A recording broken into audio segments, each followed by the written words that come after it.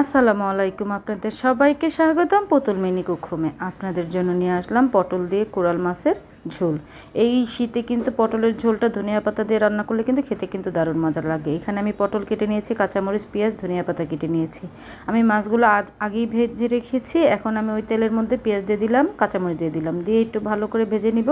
ভালো করে কিন্তু ভাজা হয়ে গেলে এখন আমি এখানে পানি দিয়ে দিব।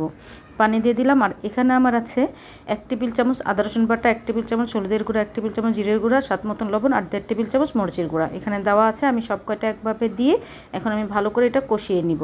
আমার কষানো কিন্তু হয়ে গেছে। এখন আমি পটলগুলো দিয়ে দিব। এখানে পটলগুলো দিয়ে ভালো করে নাড়াচাড়া দিলাম। নাড়াচাড়া দিয়ে কিন্তু সামান্য পানি দিব এটা কষানোর জন্য। এই যে আমি পানি দিয়ে দিলাম। এখন আমি 5 মিনিটের জন্য ঢেকে দিলাম। 5 মিনিট পর ঢাকনাটা উঠিয়ে আমি আবার নাড়াচাড়া দিব। নাড়াচাড়া দিয়ে কিন্তু আবার আমি ঢেকে দেব। এখন আমি ঢাকনাটা উঠিয়ে কিন্তু ভালো করে এটা আমার কষিয়ে নিতে হবে। এখন আর আমি ঢাকবো না, ভালোভাবে কষিয়ে নিব। আমার কষানোটা কিন্তু হয়ে গেছে। এখন আমি ঝোল দিয়ে দিব পরিমাণ মতন। ঝোল দিয়ে এখন আমি ঢেকে দিব 5 মিনিটের জন্য। 5 মিনিট পর বলক এসে গেছে। এখন আমি মাছগুলো দিয়ে দিব। এই যে আমি মাছগুলো দিয়ে দিলাম। এখন ধনিয়া পাতা দিয়ে দিলাম। ধনিয়া পাতা দিয়ে একটু নাড়াচাড়া দিব। নাড়াচাড়া দিয়ে কিন্তু আমি ঢেকে দিব 5 মিনিটের জন্য। তরকারিতে ধনিয়া পাতা দিলে শীতের মধ্যে ঘ্রাণটাও ভালো লাগে, খেতেও কিন্তু ভালো লাগে। এই শীতে ধনিয়া পাতা অনেক ভালো লাগে আমার কাছে।